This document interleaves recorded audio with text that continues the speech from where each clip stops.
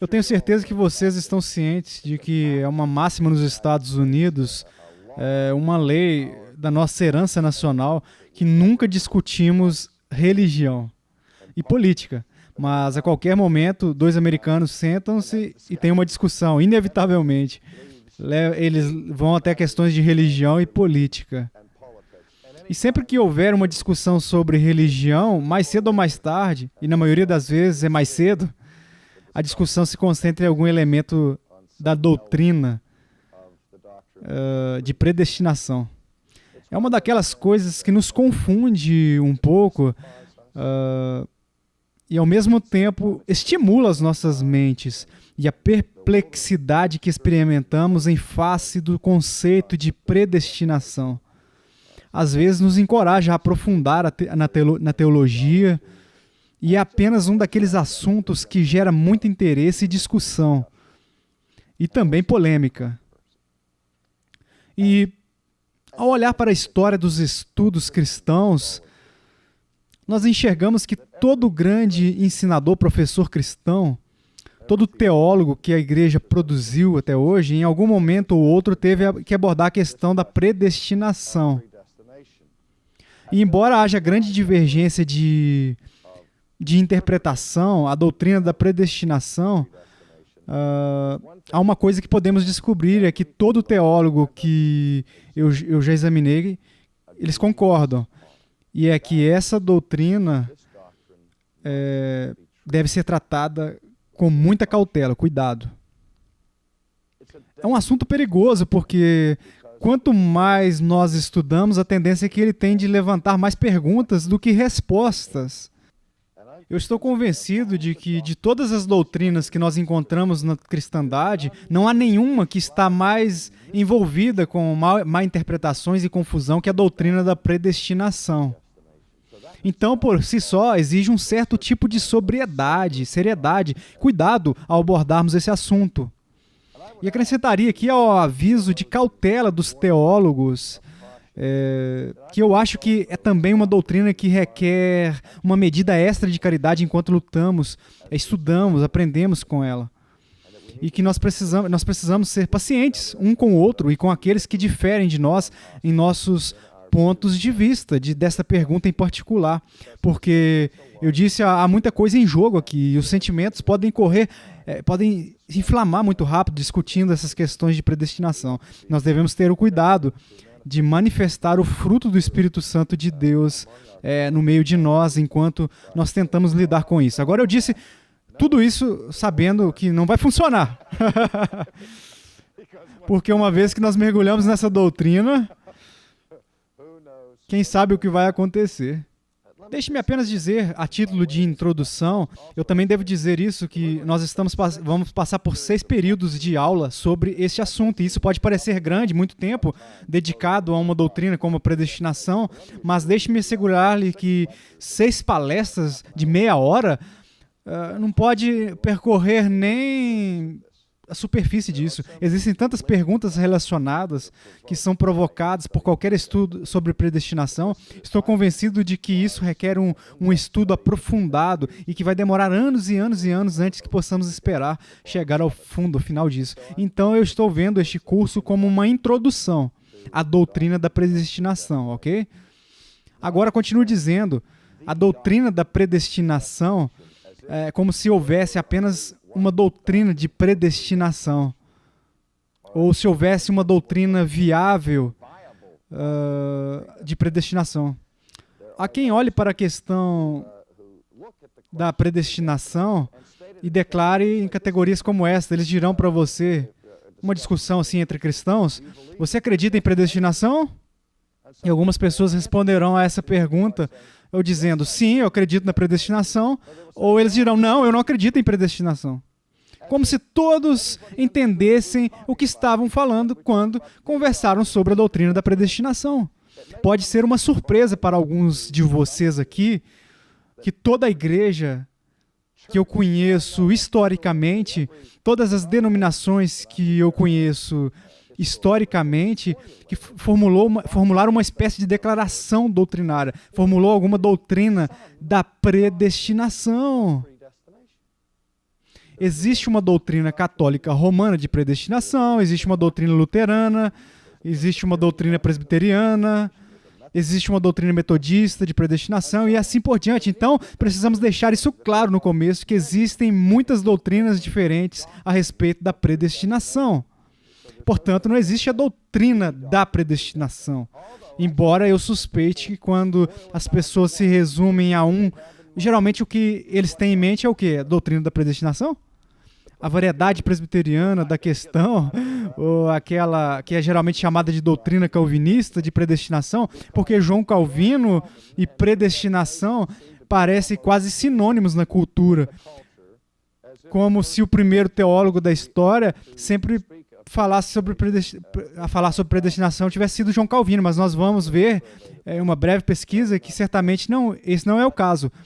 Mas o que estamos interessados neste estudo é olhar e tentar discernir a doutrina bíblica da predestinação, de predestinação. A razão pela qual tantas denominações diferentes e diferentes igrejas têm doutrinas de predestinação é porque a Bíblia fala a respeito da predestinação e todos os cristãos que levam a Bíblia a sério são, portanto, eles tomam um conceito, eles pegam um conceito de predestinação a sério, porque é um conceito e uma palavra que nós vamos encontrar no Novo Testamento, mas vamos apenas um momento. Eu li algumas passagens vou ler algumas passagens para atualizar a memória de vocês, que nos introduz esta ideia de predestinação. Eu estou lendo agora o primeiro capítulo da carta de Paulo aos Efésios, onde Paulo, em sua saudação de abertura, diz: Bendito seja o Deus de Pai, nosso Senhor Jesus Cristo, que nos abençoou com todas as bênçãos espirituais nos lugares celestiais em Cristo. Assim como Ele nos escolheu nele antes da fundação do mundo, que devemos ser santos e irrepreensíveis diante dele. No amor, Ele nos predestinou à adoção como filhos através de Jesus Cristo para si mesmo, de acordo com a intenção amorosa da sua vontade. Se avançarmos a página no primeiro capítulo de Efésios, versículo 11, também nós obtivemos uma herança tendo sido predestinados de acordo com o seu propósito, que todas as coisas cooperam segundo o conselho da sua vontade. Agora, este está claro, não é o único lugar na Bíblia que encontramos esse conceito sobre predestinação, ok? Mas acabei de ler essa passagem para que todos vejam que a palavra predestinação é uma palavra bíblica. E porque é uma palavra bíblica, todos aqueles que forem diligentes ou foram estudando a Bíblia tentaram entender o que a Bíblia significa pela palavra predestinação divina.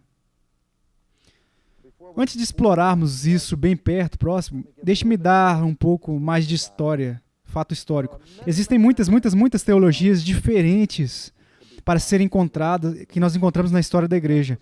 Assim como existem muitas denominações que temos, já notei, mas acho seguro dizer que existem 3 tipos básicos e genéricos de teologia, historicamente.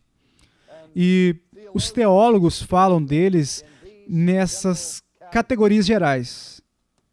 Um é o que chamamos de pelagianismo. O segundo é o que chamamos de semi-pelagianismo. E o terceiro é o que chamamos de agostinismo. Agora, o motivo dessa designação, dessa tríplice designação dos tipos básicos de teologia tem as suas raízes no 4º século, quando a igreja sofreu uma luta titânica a respeito de muitas questões sérias de teologia. E o homem que foi conhecido e geralmente aclamado como o maior teólogo, pelo menos nos primeiros 1000 anos da história cristã, se não o maior teólogo de toda a história cristã, quem defendeu a fé naquele período foi, claro, Agostinho. E seu principal oponente durante vários debates naquele período da história cristã era um monge com o nome de Pelágio. E uma das coisas críticas a respeito às quais eles debateram foi o quão importante ou necessária era a graça de Deus para a salvação humana. Pelágio considerava que a graça de Deus ajudaria os seres humanos a serem salvos, mas não é de jeito nenhum necessário. Sua suposição fundamental era que o homem, em seu estado natural, teria a capacidade de guardar os mandamentos de Deus e um grau de que seja regenerado, resgatado, salvo, sem qualquer ajuda da graça divina.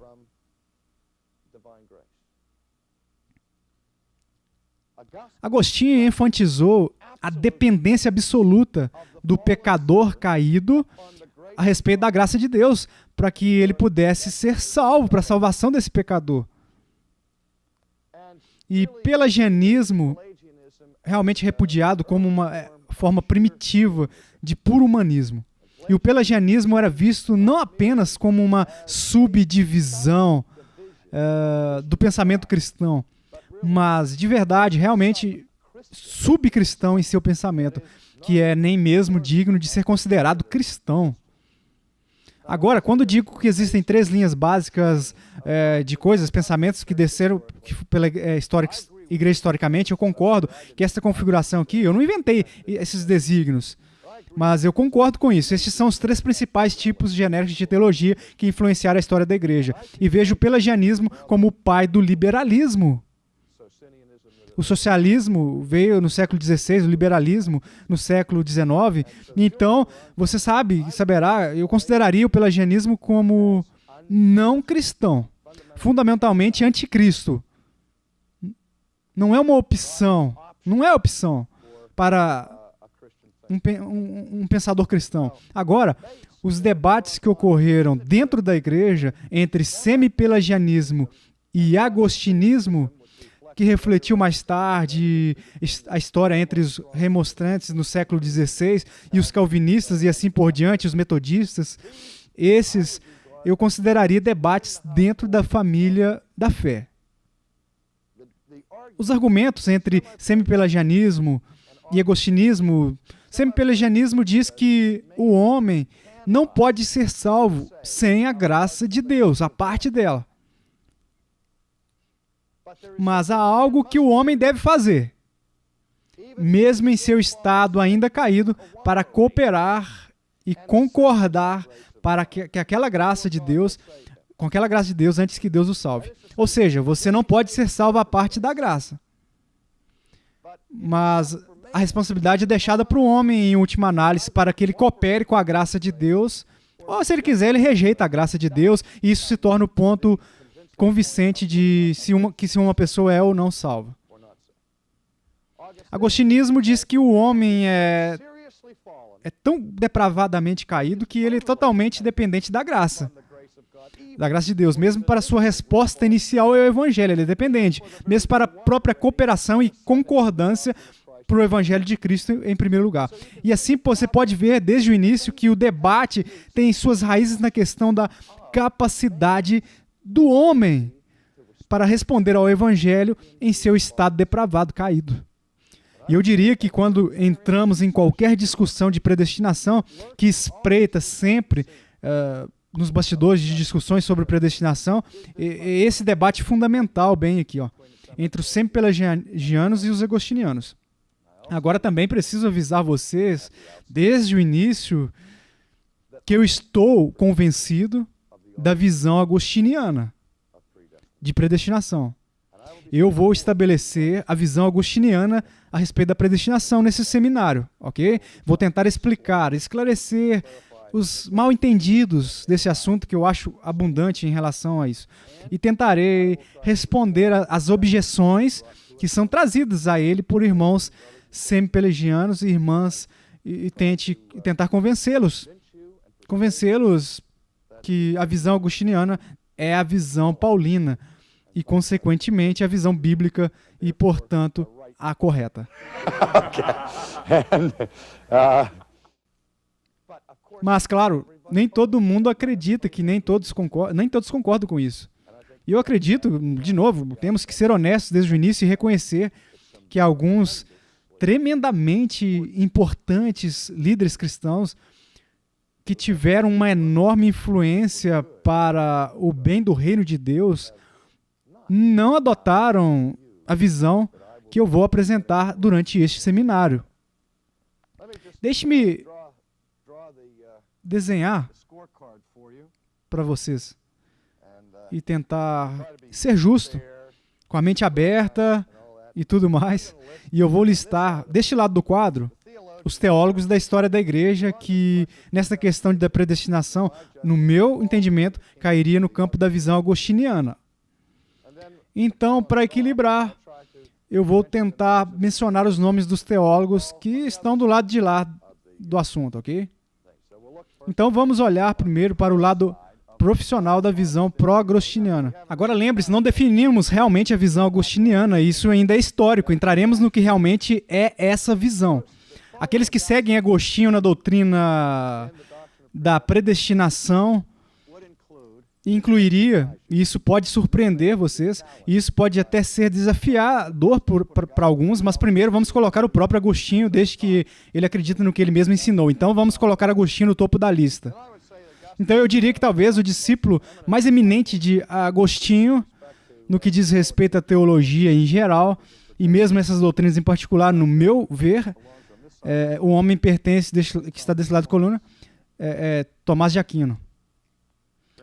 Francis Schaeffer, posso ouvir ele gritando comigo do céu agora, porque ele certamente não concordaria que Tomás de Aquino pertencesse a essa categoria. Mas lembre-se de que o próprio Aquino indicou que devia algo a Agostinho, uma consideração mais do que qualquer outro teólogo na história da igreja.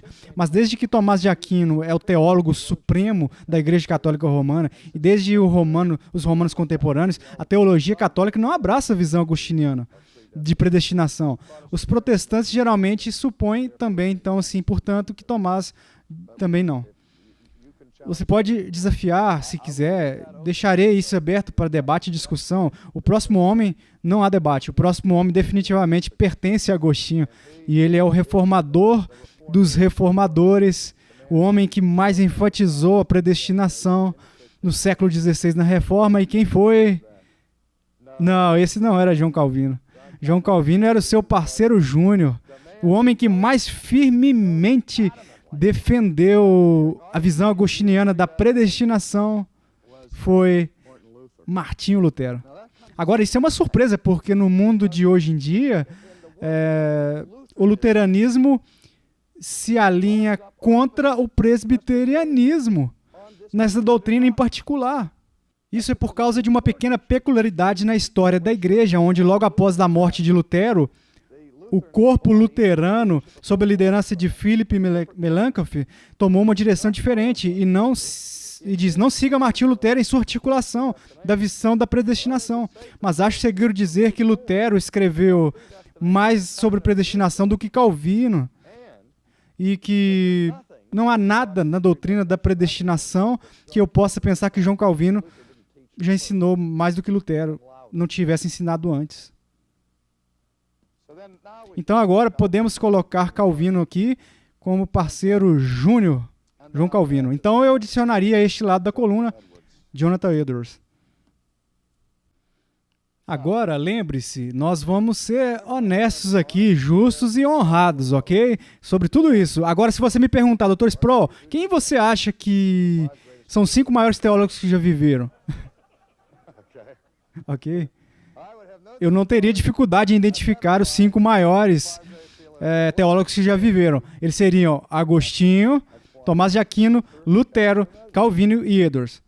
Agora eu vou lhe dizer se eles estão bem à frente dos próximos 5. Quem quer que seja, eles podem ser. Agora, por mais tendencioso que isso possa ser, eu acho que seria seguro dizer que se perguntássemos centenas de teólogos de diferentes denominações, que os maiores 10 teólogos da história, pelo menos 98, dos 100 mencionaria esses 5 aqui, ó, dos 10. Quero dizer, aqui são reconhecidamente 5 titãs e gigantes na fé cristã. Se todos concordarem em adotar a visão agostiniana de predestinação, isso significa que a visão agostiniana da predestinação é o correto? Absolutamente não, porque esses 5 homens discordaram em muitas coisas, e apesar de concordarem sobre essa essência deste assunto em particular, não há garantia de que seus pontos de vista individualmente ou coletivamente são a versão correta. Não levamos nenhum resumo para a infalibilidade da tradição humana ou pela infalibilidade de Agostinho, Tomás de Aquino, Lutero, Calvino, Edwards, nada disso, ou mesmo todos eles juntos, mas eu vou dizer isso. Quando os 5 concordarem em algo, isso chama a minha atenção, ok? E eu trabalho neste ponto por este motivo, que com tanta frequência a chamada visão reformada da predestinação é levemente descartada como uma aberração exclusivamente calvinista na história da igreja. E isso é historicamente falso. Agora vamos olhar para o outro lado e ver os grandes teólogos que vão estar do outro lado aqui, ó. Bem, Pelágios,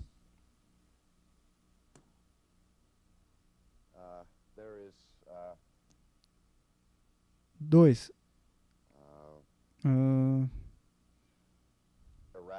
Erasmus. Terceiro, Finney. Wesley. E tinha o Armínio.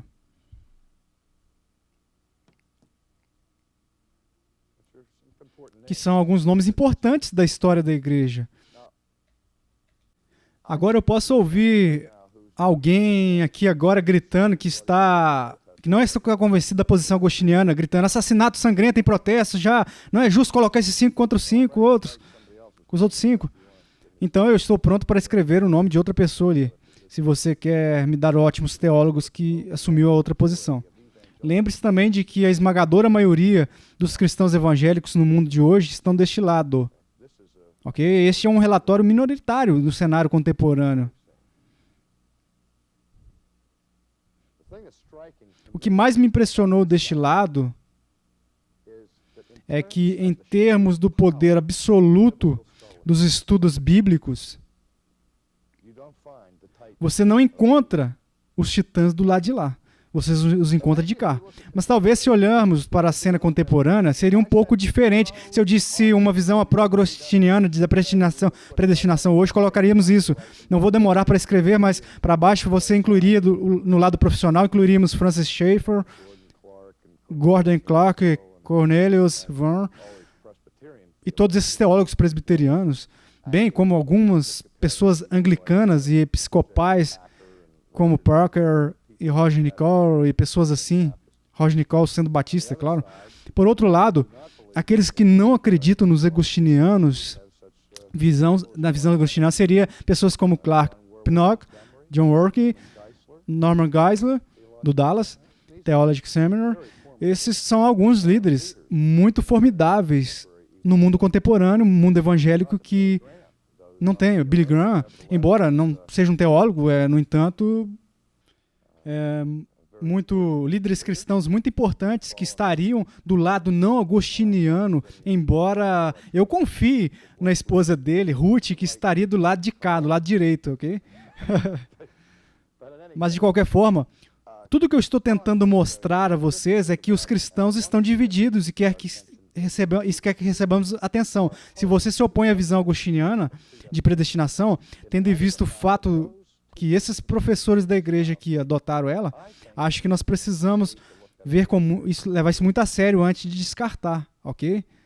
Eu acho que eles exigem respeito suficiente e devemos ouvir o que eles tentaram ensinar à igreja neste ponto, ok? Vamos levar alguns minutos básicos para fazer algumas definições básicas. A palavra predestinação em inglês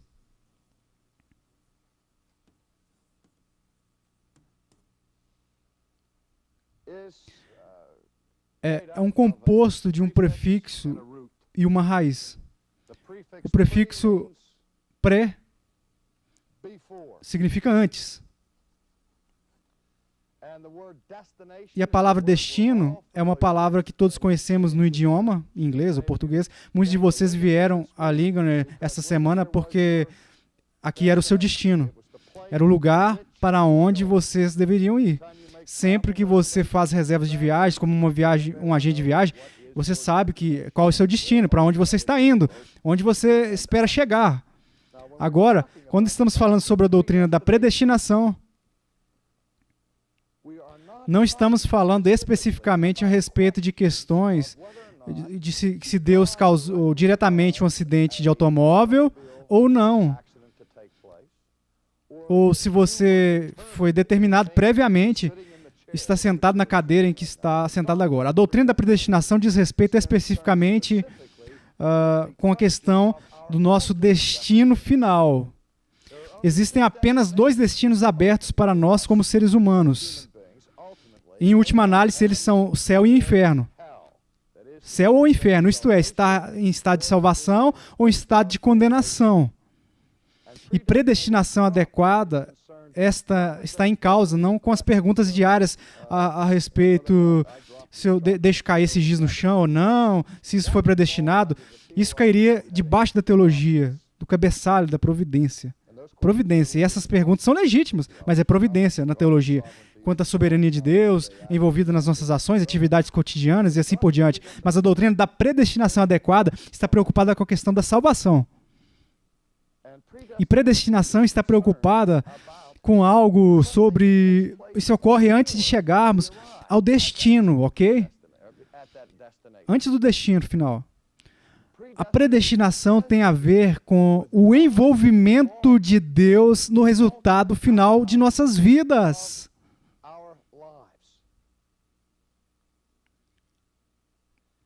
Agora, isso pode parecer estranho, mas ambos, agostinianos e semi-pelagianos, concordam que a predestinação é algo que Deus executa.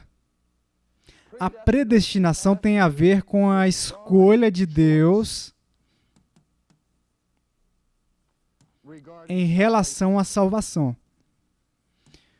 A escolha de Deus em relação à salvação das pessoas. Isso também pode surpreendê-lo, que ambos os lados estão de acordo que Deus faz essa escolha sobre o nosso destino final antes mesmo de nós nascermos, antes da fundação do mundo. Na fundação do mundo. Como acabamos de ler em Efésios, que Deus escolheu certas pessoas na fundação, antes da fundação do mundo. Agora, isso pode surpreendê-lo.